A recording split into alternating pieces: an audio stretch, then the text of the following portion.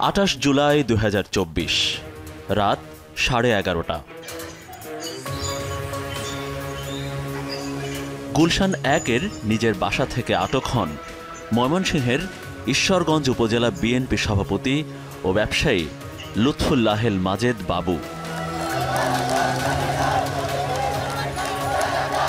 বৈষম্য বিরোধী আন্দোলনে বিএনপি সমর্থিত ব্যক্তিদের আর্থিক সহায়তার অভিযোগে তাকে আটক করে নিয়ে যায় পুলিশের কাউন্টার টেরোরিজম ইউনিট সিটিটিসির একটি টিম। কিন্তু তাকে আদালতে হাজির করা হয় আগস্ট মাসের 4 তারিখে। তাহলে 6 দিন কোথায় ছিলেন মাজেদ বাবু?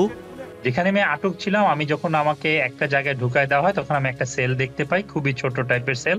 একটি বড় ফ্যান সবসময় চলতে থাকে, আর একটি লাইট আছে। আর একটি লোক ওই সেলে যখন আমাকে রাখে তখনই আসলে ওখানেই আপনার সবকিছু সারতে হবে, টয়লেট খোলা, সবকিছুই খোলা, ফ্লোরে ঘুমাতে হবে, কোনো বালিশও ছিল না। তো আমি আসলে 6 দিন কোনো সূর্যের আলো দেখতে পাই নাই।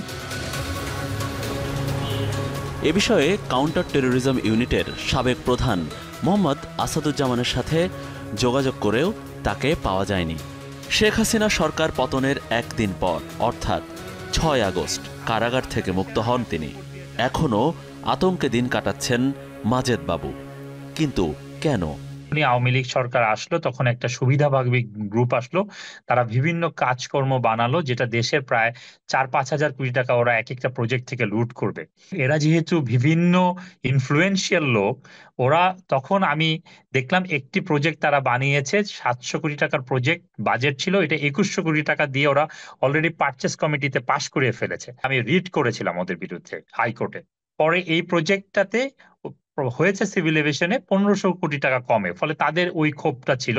আমার যেহেতু বিএমপি করার আমার ট্র্যাক রেকর্ড আছে, সেই ক্ষেত্রেই ওরা আমাকে আসলে ওই 5ই আগস্টের আগের জায়গাটাকে কাজে লাগিয়ে আমাকে গুম করার চেষ্টা করে, একবারে মেরে ফেলার চেষ্টা করে। হয়তো 5 তারিখ না হলে আমি হয়তো ফেরত আসতাম না। এরাই এখন আবার দল চেঞ্জ করে বিভিন্ন জায়গায় আমাকে হয়রানি করছে, যে হয়তো আমাকে আওয়ামী লীগ ট্যাগ দেওয়ার চেষ্টা করছে।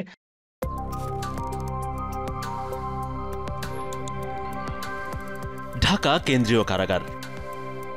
ছাত্র হত্যা মামলার গ্রেফতার হওয়া বেশিরভাগ আসামি আছেন এই কারাগারে।